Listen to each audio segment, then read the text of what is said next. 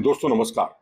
जिस समय England and Wales cricket board ने आईपीएल के लिए अपने खिलाड़ियों को भेजने की घोषणा की थी और ऑक्शन टेबल पर जब इंग्लैंड के खिलाड़ियों पर बोली लगाई गई थी, तब ऐसा कुछ नहीं था कि वो खिलाड़ी बीच में से चले जाएंगे। अचानक एक दौरा जो है आयोजित किया जाता है England and Wales cricket board की तरफ से, और वो इंग्लैंड और का मुकाबला जो है पाकिस्तान से टी20 मैचों की वो सीरीज आयोजित करता है।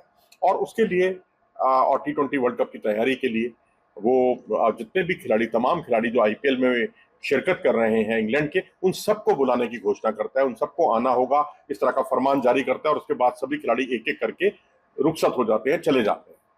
ठीक है, उसमें विल जैक्स हैं, रीस टोपले हैं, उनसे कुछ ज्यादा फर्क नहीं पड़ता क्योंकि उनकी टीमें जो हैं अब कोई बहुत ज्यादा उनके लिए कुछ बचा नहीं है।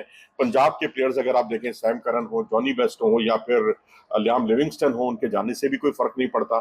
लेकिन अप्रोच गलत है ये। और जो टीमें प्रभावित हुई हैं बुरी तरह से वो हैं केकेआर और राजस्थान रॉयल्स, और कुछ हद तक चेन्नई सुपर किंग्स भी, क्योंकि वहां परफॉर्म कर रहे हैं इस टीम की ओर से मोइन अली, जिन्होंने काफी अच्छा प्रदर्शन बीच बीच में किया। और क्योंकि स्पिनर्स की जब जरूरत पड़ती है या बतौर बल्ले से कोई रन बनाने हो, तो ये खिलाड़ी काफी उपयोगी साबित होता है चेन्नई सुपर किंग्स के लिए।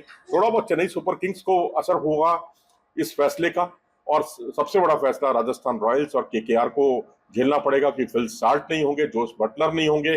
फिल साल्ट जो इस बार की खोज साबित हुए, क्योंकि उन्होंने सुनील नारायण के साथ जो 12 में से 6 पारियों में 50 प्लस का स्कोर बनाया, और 3 मौकों पर उनकी हाफ सेंचुरी, और 3 में से 2 मौकों पर उन्होंने 200 प्लस के स्ट्राइक रेट से रन बनाए, और कुल मिलाकर 435 रन उनके नाम, और सेकंड हाईएस्ट रन गेटर हैं जहां तक केकेआर का सवाल है। और इसके अलावा 182 का स्ट्राइक रेट और तकरीबन 40 की उनकी औसत बहुत कुछ बयान करती है। और इस खिलाड़ी की कमी वाकई खलने वाली है प्लेऑफ मुकाबलों में, क्योंकि अब नया ओपनर ढूंढना पड़ेगा। या तो भाई वेंकटेश अय्यर को दोबारा से सलामी बल्लेबाज की भूमिका दी जाए सुनील नारायण के साथ, या फिर और ज्यादा विकल्प है नहीं। लेकिन अगर आप राजस्थान रॉयल्स की बात करें, उनके पास तो और भी विकल्पों की कमी है। ठीक है, जोस बटलर उतने कंसिस्टेंट नहीं रहे इस बार जितने कि अमूमन अन्य सीजनों में रहते हैं, लेकिन 2 सेंचुरी उनके नाम है, एक भी हाफ सेंचुरी नहीं है।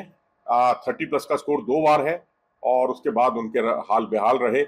लेकिन ऐसा देखा गया है कि जो खिलाड़ी बड़े खिलाड़ी होते हैं, चाहे वो शेन वॉटसन रहे हो चेन्नई सुपर किंग्स में, जिन्होंने मौका पड़ते ही फाइनल मुकाबले में सेंचुरी बनाकर अपनी उपयोगिता दिखा दी, तो इसलिए बड़े खिलाड़ी का महत्व कुछ बड़े मुकाबलों में अलग से देखा जाता है। और वही कुछ देखा जा रहा है इस बार भी कि जोस बटलर नहीं होंगे तो अब संजू सैमसन को पारी की शुरुआत करनी पड़ सकती है यशस्वी जायसवाल के साथ।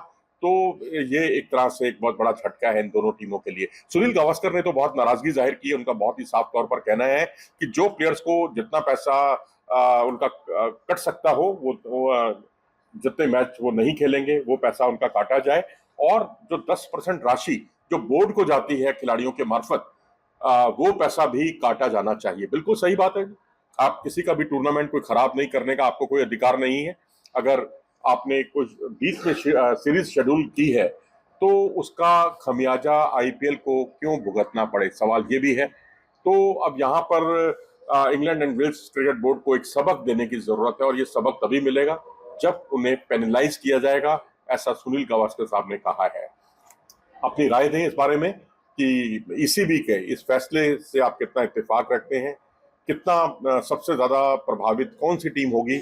हमारे हिसाब से तो राजस्थान रॉयल्स और केकेआर की टीमें, और गावस्कर, सुनील गावस्कर ने जो कुछ कहा है, पेनलाइज करने की बात कही है, उससे भी आप कितना इत्तेफाक रखते हैं, इस बारे में अपनी राय जरूर दें। नमस्कार।